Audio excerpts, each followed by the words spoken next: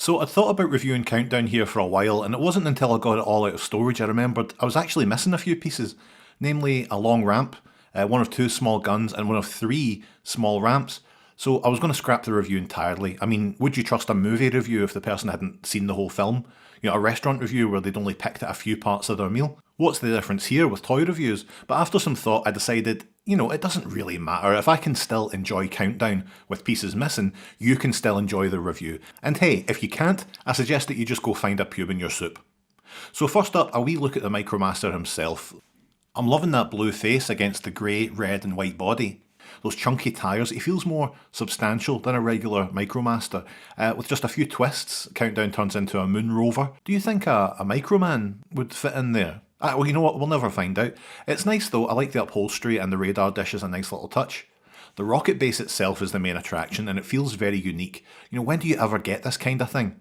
One of those big vehicles to transport rockets to the launch site, or in this case, from the top of the thing itself.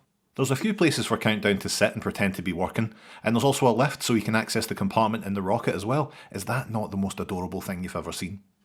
Honestly, there's enough going on here that you'd be forgiven for thinking that was enough to keep you occupied, but Hasbro played a blinder here, producing one of the best playsets of all time, although this one's definitely in need of some repairs, folding the whole thing out and very, very carefully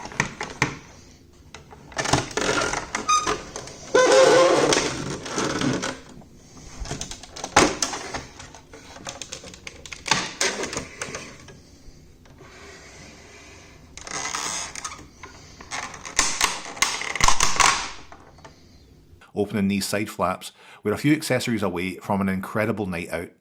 A helipad, a mechanical arm, a gantry, and a shit ton of ramps.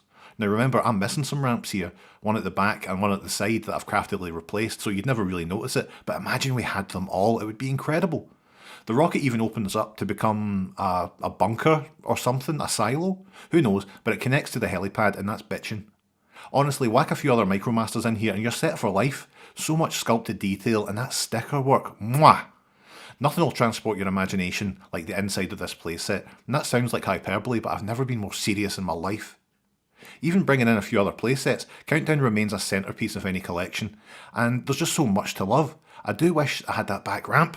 Imagine how much better this video would have been. Still, as my grandpa said when I was a boy, sometimes you just have to talk about Countdown. I had no idea what he meant back then, but I feel it keenly today. He also told me never eat yellow snow, but it just goes to show I don't always listen to him.